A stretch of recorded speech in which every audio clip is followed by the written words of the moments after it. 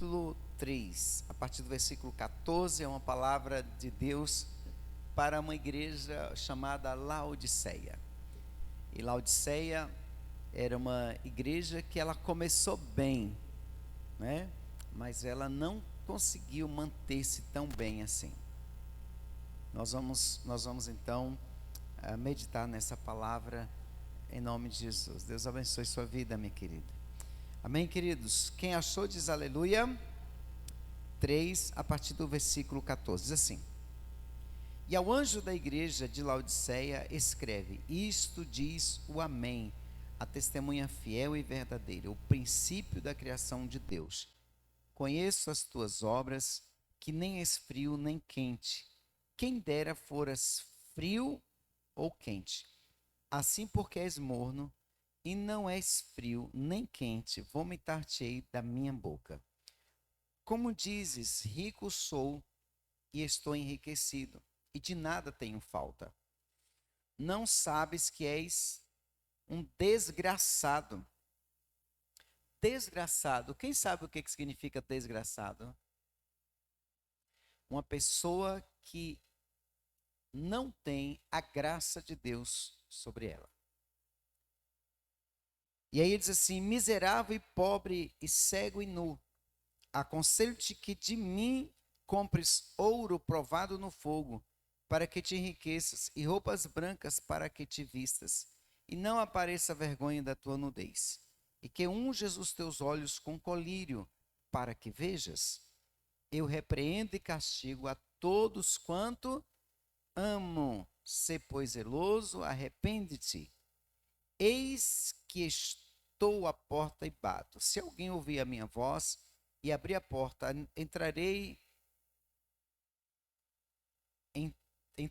até ele e com ele cearei, ele comigo. Ao que vencer, concederei que se assente comigo no meu trono, assim como eu venci e me assentei com meu Pai no seu trono. Aí ele vai finalizar dizendo assim: quem tem ouvidos, ouça o que o Espírito diz às igrejas. Amém? Nesse culto de quarta, irmãos, geralmente Deus traz uma palavra para nós, para nos aproximar mais dele, para dizer para nós que ele é o Deus, que ele cuida de nós. E nessa manhã não vai ser diferente. Amém? Pai, em nome de Jesus, oramos a Ti agradecidos por Tua graça, pela Tua proteção. Obrigado por Teu amor. Eu quero te pedir nesta tarde, Pai, que o Espírito Santo fale conosco de uma forma especial. Em nome de Jesus. Amém. Sabe, meus irmãos, uma das coisas que a gente observa nesse texto aqui, essa igreja, ela começa bem, né? Ela começa bem. Mas, à medida que ela foi caminhando, à medida que essa igreja foi caminhando no decorrer dos dias, dos anos, eles foram perdendo a essência. Eles foram perdendo a essência que eles tinham. E, de repente, aquele fogo tão grande que tinham, aquele desejo tão grande de servir a Jesus, não existia mais. E aí eles começaram a, a permitirem. Obrigado, Joel. O galardão está grande já, viu? Então, eles permitiram que as coisas do mundo fossem ocupando o lugar que era de Deus. Então, a Bíblia diz aqui que eles começaram então a entender que não dependiam mais de Deus, né? A Laodiceia, queridos, era uma cidade muito rica, era uma cidade muito rica, muito rica. E tinha ouro, ela tinha uma realidade onde produzia-se muito têxtil, né? Era uma indústria, a indústria têxtil na época era muito forte naquele lugar. E Laodiceia, eles começaram a prosperar muito. Laodiceia foi prosperando muito. E nada contra a prosperidade, mas eles começaram a deixar que a prosperidade ocupasse o lugar de Deus, aquilo que Deus era para eles. E aí Deus vai dizer justamente isso. Ele vai dizer assim, ó, conheça as tuas obras, que nem és quente nem frio. assim porque és morno, vomitar-te-ei da minha boca. Aqui eu não vou entrar no mérito, né, porque é uma realidade que eles viviam, porque a água que eles tinham, que eles bebiam, vinha de uma fonte termal. Era uma água quente que saía de lá da fonte quente, mas quando chegava em Laodiceia, ela chegava morna. Quem já tentou tomar água morna aqui? Né? Gente, é horrível, não é verdade? Então a água chegava morna, então não servia. Lá na fonte, ela servia para curar as pessoas que iam com doença de pele. Na fonte ela estava quente e servia para curar as doenças. Mas quando ela chegava lá em Laodiceia, ela não servia para curar as doenças, mas também não servia para beber. Eles tinham que deixar esfriar a água para daí conseguir beber. Então por isso que Deus fala: ou você é quente, ou você é frio. Porque se for morno, não tem utilidade. Então a igreja de Laodiceia começou a ser assim. Não tinha utilidade, né? Não tinha utilidade. E aí Deus vai falando com eles, e aí eles no verso 18, Deus fala assim: aconselho que de mim compres ouro provado no fogo, para que te enriqueças, e roupas brancas, para que te vistas. Então eles inverteram os valores. E aí, meus irmãos, o Senhor vai falar assim, ó, verso 19: eu repreendo e castigo a todos quanto amo. Sê, pois, zeloso e arrepende. Aí e é esse texto que eu quero falar um pouquinho mais sobre ele. Verso 20, ele diz o que aí? Eis que estou à porta e bato. Se alguém ouvir a minha voz e abrir a porta, entrarei até ele e com ele cearei, e ele comigo. Aí a Bíblia vai dizer para nós algumas coisas que estão implícitas nesse texto. Pelo que nós lemos, meus irmãos, a primeira coisa que nós vamos entender aqui é que Deus nunca vai desistir de você. Amém? Deus, ele olha, ele vê a igreja de Laodiceia tomando um rumo que ele não queria, mas ele diz para a igreja de Laodiceia: Laodiceia, olha, eu te aconselho que você mude a sua atitude. Por quê? Porque, meus irmãos, Deus, ele não vai jamais desistir da sua vida. Amém? Ele não vai desistir do seu familiar, ele não vai desistir das pessoas que se relacionam com você, ele não vai desistir de você. Mas ele vai dizer para nós algo aqui que é interessante a gente entender. Ele vai dizer assim: olha, eis que estou à porta e bato. Se alguém ouvir a minha voz e abrir a porta, então eu entrarei. Sabe, ao longo desses anos todos como pastor, eu já lidei com demônios de todos os níveis quase, e foram situações onde eu percebia que Satanás, ele não pede licença para entrar na vida de ninguém. Ele não pede licença, ele não diz assim: olha, eu estou aqui, eu vim aqui porque eu quero que você dê lugar e tal. Não, ele entra, ele simplesmente, a pessoa dá brecha e ele entra. Deus não faz assim. Deus é um Deus que ele olha para nós e ele vê em nós pessoas que ele ama, e ele diz assim: eu preciso ir atrás dessa pessoa. E aí quando ele diz assim, ó, eis que estou à porta e bato, e se alguém abrir a porta, aqui duas coisas são interessantes. A primeira, Deus sempre vai atrás de você. Diga aí para a pessoa que está: Deus sempre vai atrás de você. Ok?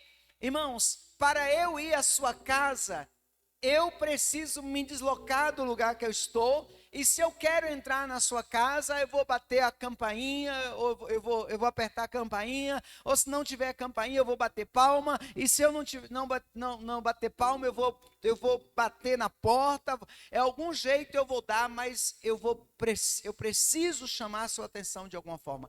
E aí eu quero que você entenda isso. O primeiro passo sempre será de Deus. Amém? O primeiro passo em direção a nós, para resgate, para restauração, para de fato que nós vivamos aquilo que Ele tem para nós, o primeiro passo sempre será de Deus. É Deus que vai à procura de você, é Deus que quem aqui já teve a oportunidade de estar em um lugar e alguém te procurar e falar assim, Deus mandou eu vir falar contigo? Quem já teve essa experiência? Irmãos, por que Deus vai até você? Porque Ele te ama, amém? Deus te ama, e por Ele te amar, Ele não desiste de você. Por Ele te amar, Ele vai à tua procura. Por Ele te amar, Ele sempre vai tomar a primeira iniciativa. Por Ele te amar, Ele às vezes vai te repreender. Por Ele te amar, Ele vai às vezes dizer, meu filho, para. Por Ele te amar, amém? E aí, Ele vai dizer duas coisas: bater e abrir. Bater e abrir, diga. A primeira coisa ele faz. O primeiro passo ele dá. Mas o segundo, ele diz assim, olha, se alguém ouvir a minha voz e o quê? Abrir a porta. Aí é onde entra às vezes, meus irmãos, que às vezes nós achamos que Deus, ele tem que fazer tudo. Deus não vai fazer tudo. Aquilo que te compete fazer, Deus não vai fazer. E às vezes nós caminhamos na nossa vida cristã, meus irmãos, e Deus às vezes só falta arrombar a porta, tá batendo, né? Gritando, mas a pessoa não ouve. E não ouve às vezes porque está envolvida com tantas coisas, que ela não consegue ouvir a voz de Deus. E aí o Senhor diz assim, olha, se eu batendo a porta, se alguém ouvir a minha voz e abrir a porta.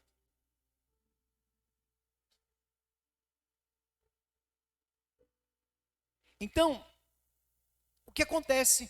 Nós temos que abrir a porta. E abrir a porta, meus irmãos, diz respeito a tomar atitude que permita que Deus assuma o controle da nossa vida, da nossa história, de tudo que diz respeito a nós.